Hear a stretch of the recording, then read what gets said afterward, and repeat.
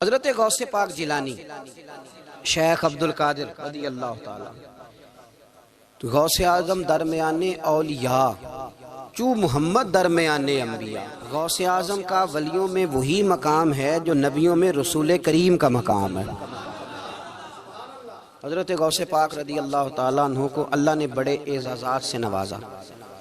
ایک اعزاز اللہ نے یہ دیا کہ ماں کی طرف سے حسینی ہیں، باپ کی طرف سے حسنی سید، نانا بھی اللہ کے ولی، دادا بھی اللہ کے ولی، پھپھی بھی اللہ کی بہت بڑی ولی ہے، بہت بڑی ولی۔ والد گرامی، آپ نے وہ سیب والا واقعہ تو بڑا ہی سنا ہوا ہے، اس طرف تو میں نہیں جاتا۔ ماں بھی اللہ کی بہت بڑی ولی ہے۔ یہ اللہ نا اسباب بناتا ہے، خود ماحول بناتا ہے۔ آپ کے جو والد گرامی تھے ان کا نام تھا ابو صالح سید موسیٰ جنگی دوست رحمت اللہ علیہ۔ بادشاہ کے کچھ سپاہی تھے جو مٹکے اٹھا کے جا رہے تھے، اور مٹکے تھے شراب کے بھرے ہوئے، مٹکے اٹھا کے جا رہے تھے۔ حضرت سید محمد موسیٰ جنگی دوست رحمت اللہ علیہ بھی قریب سے گزرے۔ یہ کیا ہے بھائی؟ بدبو سے سمجھ تو گئے، تصدیق کے لیے پوچھا کیا ہے؟ انہوں نے کہا جناب یہ بادشاہ کا سامان لے کے جا رہے ہیں۔ آپ تو جھنڈے والی گاڑی کو ویسے نہیں نہ پوچھ سکتے، سوال ہی نہیں پیدا ہوتا۔ آپ چونکہ جمہوری لوگ ہیں، آپ نے تو بس دفتر بنانا ہے، جب الیکشن ہوگا نا اپنے دروازے کے سامنے سارے محلے سے لڑائی لینی ہے کہ ووٹ میرے آکے دیں، پھر ٹھیک 1.5 مہینے کے بعد سجدہ صاف بھی کر جاتے ہیں، بندہ غلط سی میں نے پتہ ہی نہیں لگا۔ تو یہ پہلے سوچنا تو تھوڑا سا ایسے ہی بلا وجہ الیکشن تو روز کبھی کبھی آئے گا، تو ہم نے ایک جگہ تو روز رہنا، ایک دوسروں سے جھگڑے کرنا اور معاذ اللہ تعالیٰ غیبتیں کرنا، عزتیں اچھالنا، یہ مسلمان کا شیوا نہیں ہے۔ حضرت غوث پاک کے والد نے پوچھا کیا لے کے جا رہے ہو؟ بادشاہ کا سامان ہے جی۔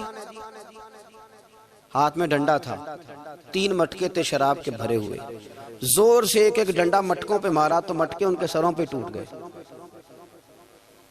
بادشاہ سلامت، ہم سارے تقریباً بادشاہ سلامت ہوتے ہیں، یہ کسی کی جرت ہے مطلب میرے گھر کے معاملے میں مداخلت کرے ہو، پھر بادشاہ ہو۔ لوگوں نے جا کے بڑی غیبتیں کی، بڑی بڑی کہانیاں سنائیں۔ اس نے تو توڑ دیا جی مٹکے آپ کے، نے کوئی حال نہیں چھوڑا۔ تو بادشاہ کہنے لگا بلاؤ سید موسیٰ پاک جنگی دوست رحمت اللہ علیہ کو بلا لیا۔ تو کہنے لگے بادشاہ تمہیں پتا تھا مٹکے کس کے ہیں؟ آپ فرمانے لگے پتا تھا مجھے۔ کہا کیوں توڑے؟ فرمایا اس لیے توڑے کہ مجھے تیرے اوپر رحم آ گیا تھا، تو اگر شراب پیے گا تو دوزخ میں جلے گا، مجھے رحم آیا تھا میں نے توڑ ڈالے۔ تو کہنے لگا آپ کون ہیں؟ تو آپ فرمانے لگے میں محتسب ہوں، میری حساب کتاب لینے کی ڈیوٹی ہے، محتسب ہوں، غلط آدمی کا حساب کروں گا۔ تو بادشاہ کہنے لگا کس نے ڈیوٹی لگائی آپ کی؟ فرمانے لگے میری ڈیوٹی میرے رب کریم نے لگائی ہے، میری ڈیوٹی اللہ نے لگائی ہے۔ تأمرون بالمعروف وتنہون عن المنکر، مسلمان کے ذمے ہے اچھائی کا حکم دے گا، برائی سے روکے، یہ ذمہ داری ہے میری، اللہ نے ڈیوٹی لگائی ہے۔ بادشاہ پہ اتنا روب طاری ہوا کہ کہنے لگا حضور آپ کی بڑی مہربانی، آپ نے یہ کام کیا۔ کہنے لگا جناب اگر آپ اجازت دیں تو میں بھی آپ کو محتسب نہ بنا دوں، آپ میرے وزیر بن جائیں، کوئی بندہ اس طرح کا کام کرے تو اسے روکیں۔ تو آپ فرمانے لگے نہیں تو اپنی نوکری سنبھال کے رکھ، جسے اللہ ڈیوٹی پہ لگائے اسے پھر بندوں کی ڈیوٹیاں نہیں کرنی چاہیے۔ یہ اعزاز اللہ نے انہیں دیا، یہ شان رب کریم نے عطا فرمائی۔ ان کے صاحبزادے تھے حضرت غوث پاک جیلانی رضی اللہ تعالی عنہ۔ اللہ تعالیٰ نے جب کسی شخص سے کام لینا ہوتا ہے تو اللہ اس کے لیے اسباب بھی خود ہی پیدا کر دیتا ہے۔ علامہ اقبال اپنے استاد کی بڑی قدر کرتے تھے، شمس العلماء کی۔ تو ایک دن حضرت شمس العلماء سے کہنے لگے استاد جی آپ کی مہربانی سے پڑھ گیا ہوں۔ تو فرمانے لگے پتر تیری کلاس میں تو 250 لڑکا تھا، میری مہربانی تو سب پہ تھی، پر سارے تو اقبال نہیں نہ بنے۔ فرمانے لگے تیرے اندر بھی کوئی خوبی تھی، اس کی وجہ سے اللہ نے تجھے یہ اعزاز، کوئی چیز تیرے اندر۔ اللہ تعالیٰ جب کسی بندے کو نوازتا ہے نا تو بندہ بھی محنت کرتا ہے، لیکن اس کی محنت سے زیادہ اللہ کے فضل کا دخل ہوتا ہے۔ تو بندے کئی دفعہ کہنے لگ جاتے ہیں بڑی مشقت کی، بڑی محنت کی، کچھ بھی نہیں ہوتا، زیادہ اللہ کے فضل کا انحصار ہوتا ہے۔ رب جیسے چاہتا ہے ویسے فیصلے دیتا ہے۔ آپ فرماتے ہیں کہ میں چھوٹا سا تھا، والد انتقال کر گئے، والدہ تھی میری اور ہم 2 بھائی تھے۔ فرماتے ہیں بچے کھیلنے کے لیے نکلے تو میں بھی ان کے پیچھے کھیلنے نکل گیا۔ ایک بیل بچوں کے قابو آ گیا، تو بچوں کے قابو کو چیز آ جائے تو پھر وہ اس کا جو حال ہوتا ہے وہ تو ہمیں پتہ ہی، ہم سارے بچے رہ چکے ہیں۔ تو کہتے ہیں وہ بیل قابو آ گیا، کوئی اس کے کان چھیڑتا، کوئی اس کی دم چھیڑتا، کوئی اس کے سینگ چھیڑتا، کوئی کسی جگہ سے اسے تنگ کرتا، مختلف بچے اس کو نا دم سے پکڑ کے ہلاتے، بیل بھاگتا۔ حضور غوث پاک فرماتے ہیں میں بھی آگے بڑھا، اور میں نے جب اس کی دم پکڑ کے ہلائی تو بیل نے میری طرف منہ کیا اور کہنے لگا عبد القادر تو نہ ایسے کر، بول کے کہنے لگا تو نہ ایسے کر، تجھے رب نے ان کاموں کے لیے پیدا نہیں فرمایا۔ آپ فرماتے مجھے اتنا خوف طاری ہوا، بیل کو بولتے دیکھا تھا پہلی دفعہ، بیل کو۔ اب میرے سنی کو بھی دلیلوں کی ضرورت ہوتی ہے، دلیل نہ دیں، کسی بزرگ کی بات سنائیں تو سنی بھی تھوڑا تھوڑا دائیں بائیں دیکھتا ہے۔ یہ شور ایسا ہوا ہے نا، پراپوگنڈا ایسا ہے۔ میں حدیث پاک سنا دیتا ہوں۔ رسول کریم صلی اللہ تعالیٰ علیہ وآلہ وسلم فرماتے ہیں ایک شخص نے بیل پہ سواری کر لی تھی۔ بیل سواری کے لیے نہیں پیدا کیا گیا، سواری کے لیے اونٹ ہیں، خچر ہیں، گھوڑے ہیں، گدھے ہیں، بیل کھیتی باڑی کے لیے۔ اس شخص نے جب بیل پہ سواری کی تو بیل پیچھے مڑ کے دیکھنے لگا اور کہنے لگا یار تو بڑا بیوقوف ہے، بول کے کہنے لگا مجھے اللہ نے سواری کے لیے نہیں پیدا کیا، میرے سے وہ کام لے جس لیے میں پیدا کیا گیا ہوں۔ تو بندہ ڈر گیا، کہنے لگا بڑی حیرانگی والی بات نہیں کہ بیل بولتا ہے، تو بیل پھر بول پڑا۔ کہنے لگا اس سے بھی زیادہ حیرانگی والی بات ہے۔ اس نے کہا وہ کیا؟ کہنے لگے مدینے میں نبی پاک آ گئے ہیں اور تو نے ابھی تک کلمہ ہی نہیں پڑھا، یہ اس سے بھی زیادہ حیرانگی والی بات ہے۔ جامع المعجزات میں حدیث موجود ہے، حضور آ گئے اور تو نے کلمہ ہی نہیں پڑھا۔ وہ شخص کہتا ہے میں سر پٹ دورا، جب آ کے سامنے کھڑا ہوا تو حضور مسکرائے، فرمایا آجا پڑھ لے کلمہ، مجھے پتا ہے تجھے کس نے بھیجا ہے۔ اللہ والوں کی باتیں مان لیا کریں، میں بڑی ذمہ داری سے کہتا ہوں رب کریم کے کوئی بندوں کی بات کتاب و سنت کے خلاف نہیں ہوتی، وہی تو کتاب و سنت آگے پہنچانے والے ہوتے۔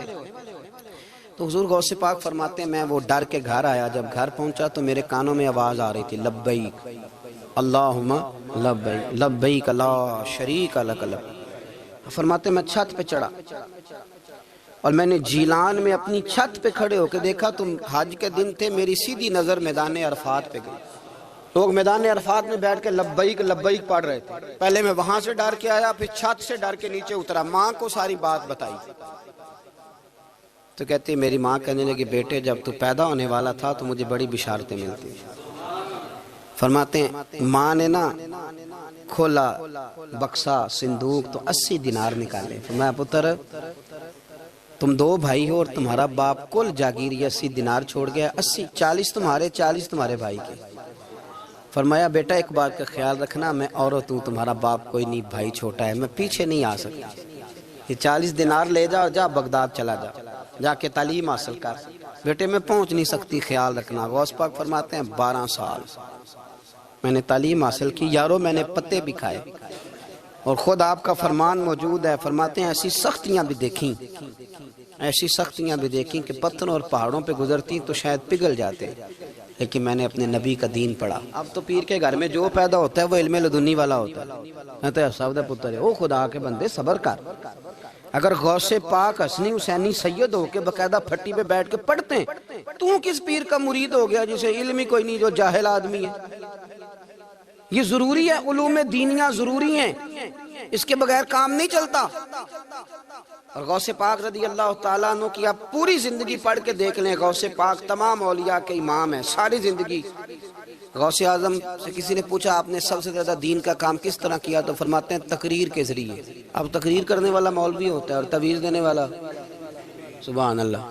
غوث پاک رضی اللہ تعالیٰ عنہ فرماتے ہیں میں نے دین کا سارا کام کس ذریعے سے کیا ہے، ہفتے میں 3 جلسے کرتے تھے اور 70 ہزار کا مجمع ہوتا تھا، اور بغیر لاؤڈ سپیکر کے تقریریں ہوتی تھی، اور فرماتے ہیں جیسی سمجھ پہلے بندے کو آتی تھی ویسی آخری والے کو آتی تھی۔ لوگوں نے کہا حضور یہ کرم کیسے ہوا؟ فرمانے لگے میں نے جب تعلیم حاصل کر لی تو بولنا آتا ہی نہیں تھا، تو میں بڑا پریشان، ایک دن سو گیا تو خواب میں رسول کریم کا دیدار نصیب ہوا، فرمایا تیری تو واز کیا کر، تیرے واز سے لوگوں کو فائدہ ہوگا۔ یا رسول اللہ میں اجمی بندہ ہوں، لوگوں کے سامنے کیسے بات کروں گا؟ تو حضور نے فرمایا منہ کھولنا ذرا۔ کہتے میں نے منہ کھولا تو محبوب نے 7 دفعہ لعاب دہن ڈالا میرے منہ میں۔ آپ فرماتے ہیں پھر بولتا میں تھا، اثر کوئی اور پیدا کر دیتا۔ حضور غوث پاک رضی اللہ تعالیٰ عنہ نے 40 سال دین کا کام کیا۔ صبح کے وقت فقہ کا درس دیتے تھے فجر کے بعد، کچھ دیر کا ناشتہ کرتے سو جاتے، پھر آ کے مدرسے میں پڑھاتے باقاعدہ بچوں کو۔ غوث پاک رضی اللہ تعالیٰ عنہ کی سیرت پر آپ ساری کتابیں پڑھ لیں، ساری کتابیں لو، میں نے بھی بڑا ہی دعویٰ کر دیا، یعنی ساری کتابیں جتنی اب تک چھپی ہوئی ہیں ساری پڑھ لو، کہیں نہیں ملے گا کہ ہم غوث پاک کے آستانے پہ گئے۔ غوث پاک کسی بندے نے یہ نہیں کہا ہم غوث پاک کے آستانے پہ گئے، غوث پاک کے دربار پہ گئے، سب نے یہی لکھا ہے کہ ہم حضور غوث پاک کے مدرسے میں گئے۔ ہمارے نا مدرسوں میں سبق تقسیم ہوتے ہیں، سال جب شروع ہوتا ہے نا تو سبق تقسیم ہوتے ہیں، ہمارے مدرسے میں بھی تقسیم کرتے ہیں ہمارے مولانا۔ آپ حدیث پاک پڑھائیں گے، فلانا استاد منطق پڑھائے گا، فلانا فلسفہ پڑھائے گا، فلانا یہ سبق تقسیم ہوتا ہے، فلانا قرآن، فلانا حدیث، فلانا فقہ۔ تو غوث اعظم کے مدرسے کے جو ناظم تعلیمات تھے وہ کہنے لگے حضور سبق بانٹنا ہے تو آپ کو کون کون سے سبق دے دیں، کون کون سا پیریڈ پڑھائیں گے؟ تو آپ فرمانے لگے نہیں پیریڈ رہنے دو۔ حضور پھر فرمایا اس طرح کرو، لائق بچے تم رکھ لو اور نلائق سارے مجھے دے دو، میں جانوں اور نلائق جانے، نلائق سارے میرے۔ غوث پاک رضی اللہ تعالیٰ نلائق سارے رکھ لیے، کند ذہن، اور حضور غوث پاک ان کو اسباق پڑھایا کرتے، ان پر محنت کرتے۔ فجر کے بعد فقہ کا درس، 10 بجے مدرسے کی کلاس، زور کے بعد حدیث پاک کا درس، مغرب کے بعد تفسیر بیان کرتے۔ بانج علموں جو کرے فقیری، وہ کافر مرے دیوانہ۔ اور عشاء کی نماز کے بعد ہفتے میں 3 جلسوں سے خطاب، اور یہ سارے کام کر کے نا تو پھر بھی غوث اعظم جب دنیا چلی جاتی تو وضو کر کے مصلے پہ بیٹھ جاتے، اور 40 سال بیت گئے، ساری رات اللہ کی بارگاہ میں عبادت کرتے۔ 40 سال حضور غوث پاک کو اللہ نے بڑا اعزاز دیا، کتابیں لکھی، ڈیوٹی کی، محنت کی، کوشش کی پوری دنیا میں۔ میں پہلے بھی بتا چکا ہوں، پھر بتاتا ہوں، یہ جو صلاح الدین ایوبی کا بہت نام لیتے ہیں نا، بہت بڑے مجاہد تھے۔ صلاح الدین ایوبی کے ساتھ 70,000 کی فوج تھی، سارے کے سارے غوث پاک کے مرید تھے۔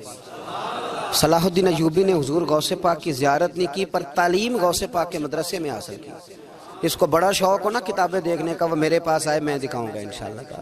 صلاح الدین ایوبی حضور غوث پاک کے مدرسے کا طالب علم ہے۔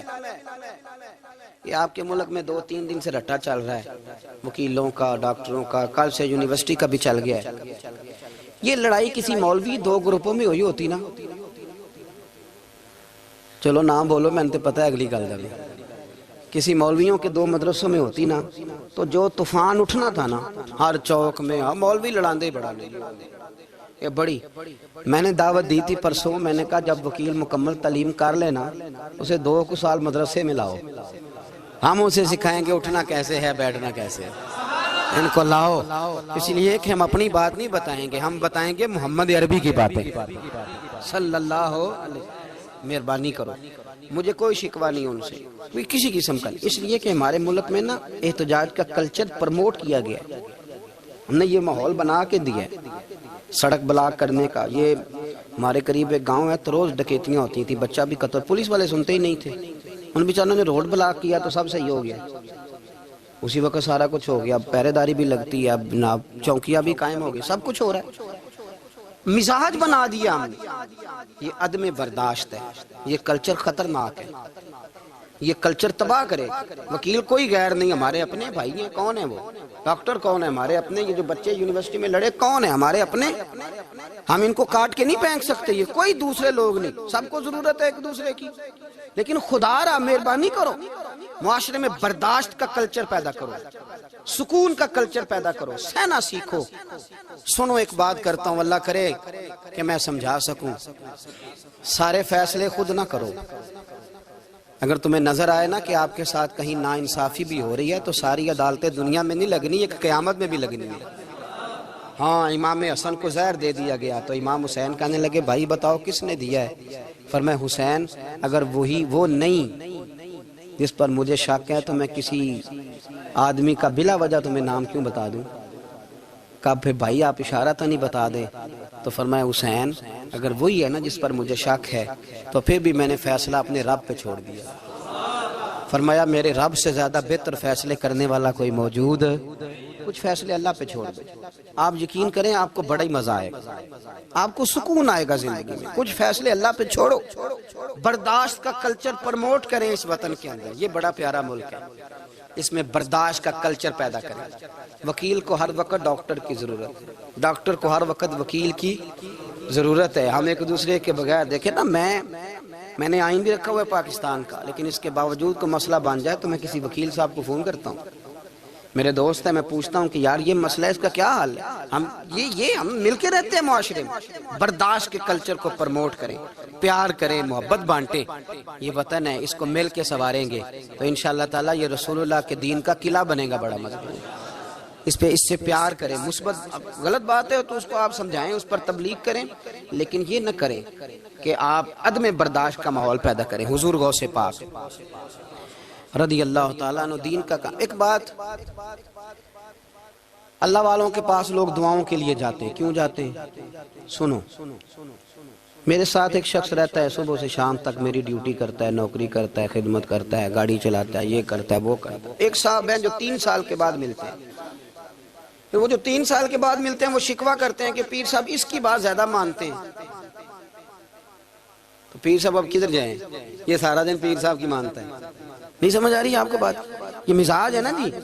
ایک بندہ سارا دن دنیا داری کرے, مال کمائے, پتہ نہیں جھوٹ بولے, بڑا کچھ کرے, اور ایک اللہ کا ولی جو اپنا بنائے کچھ نہ, سارا دن رسول اللہ کی باتیں کرے, سارا دن اللہ کے دین کی خدمت کرے. اور بھائی وہ جب ہاتھ اٹھاتا ہے نا تو پھر اللہ اس کی بات کو قبول کرتا ہے. کچھ میرے خاص ہیں, کچھ تیرے خاص ہیں, تو کچھ رب کے بھی خاص ہیں. اور اس پر بھی میں پہلے آیت پڑھ لوں گا تاکہ دلیل مضبوط ہو جائے. اللہ فرماتے ہیں واللہ یختص برحمتہ من یشاء, فرمایا میں نے کچھ بندوں کو اپنی رحمت سے اپنا خاص بنا لیا. کچھ بندے اللہ کے بس اللہ کی بارگاہ میں وہ دعائیں کرتے ہیں تو اللہ قبول فرما لیتا ہے. پتر اللہ ہی دیتا ہے, لیکن اللہ کا ولی دعا تو کر سکتا ہے نا. اللہ کا ولی, میری بات کی سمجھ آ رہی ہے؟ بیٹا کون دیتا ہے؟ اللہ. حضرت محدث اعظم رحمۃ اللہ علیہ کے پاس ایک شخص نے آ کے کہا جی ولی اللہ بیٹا دے سکتا ہے؟ آپ فرمانے لگے ولی اللہ اللہ سے ملا سکتا ہے؟ جی وہ تو ہے ہی ولی اللہ, تو اس نے ملا دینا ہے. تو فرمایا جو اللہ سے ملا دے بیٹا تو چھوٹی سی بات ہے.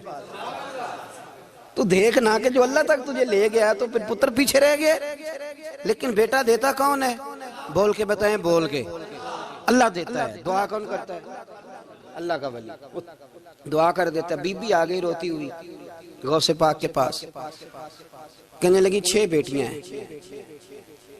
خامد اور سسر کہتے ہیں کہ 7ویں بھی بیٹی ہوئی تو طلاق دے دیں گے. تھوڑا سا اگر بندہ مالدار بھی ہو تو پھر وہ ہمارا دماغ جہاں مرضی چلتا ہے نا جی. یہ جہالت آج بھی بہت ساری جگہوں پہ پائی جاتی ہے. تہذیب سکھاتی ہے جینے کا سلیقہ, تعلیم سے جاہل کی جہالت نہیں جاتی. تو رو پڑی. حضور غوث پاک رضی اللہ تعالیٰ عنہ نے بلایا اس کے شوہر کو بھی اور سسر کو بھی. فرمایا یہ دیکھ, یہ تو اللہ کے کام ہے, جس کو چاہے بیٹیاں دے, جس کو چاہے بیٹے دے. تو جو نہیں مانتے پھر غوث پاک کی بھی نہیں مانتے. انہوں نے کہا جی نہیں جی میں تو نکاح کروں گا. چلے گئے تو غوث پاک کی بارگاہ میں وہ بیٹی اور اس کا باپ اور اس کی ماں پھر آئے, کہنے لگے حضور مہربانی فرمائیں. پھر اللہ کے ولیوں کے پاس ایک قوت ہوتی ہے جس کا نام مصلی ہے. مصلی بہت بڑی طاقت, بہت بڑی. حضور نے فرمایا دعا صلاح المومن, فرمایا دعا مومن کا ہتھیار ہے. یہ مومن جب ہاتھ اٹھاتا ہے تو پھر عرش کا مالک دروازے کھول دیتا ہے کرم کے. حضور غوث پاک نے مصلی بچھا لیا اور رو پڑے, کہنے لگے مالک کریم اس بی بی کے دل میں کس نے بات ڈالی تھی کہ عبد القادر کے دروازے پہ جا. دیکھیں منانے کا انداز, منانا آتا ہے نا. اللہ کس نے اس کے دل میں بات ڈالی کہ عبد القادر کے دروازے جا, کس نے ڈالی؟ اور مالک اگر تو نہیں ڈالی تھی تو کیا تو اب اپنے عبد القادر کو رسوا کرے گا؟ اگر تو نہیں بھیجا ہے کہ ادھر جا تو اب تو رسوا کرے گا؟ حضور غوث پاک رضی اللہ تعالیٰ نے دعا مانگ کے چہرے پہ ہاتھ پھیرے, بچی کے سر پہ ہاتھ رکھا, فرمانے لگے پتر جا, مجھے امید ہے اللہ نے 6 بیٹیاں دی ہیں تو 7 بیٹے بھی عطا فرمائے گا. تو بی بی کہتی ہے پھر رب نے فضل فرمایا اور 7 ہی بیٹے عطا فرمائے. پھر 7 ہی بیٹے رب کریم نے دیے. تو جو اللہ کی مان تھا پھر اللہ بھی اس کی. تو اس میں اختلاف کی کیا بات ہے؟ یہ سادی سی بات ہے. ایک بغداد کا سوداگر تھا, بڑا مالدار تھا۔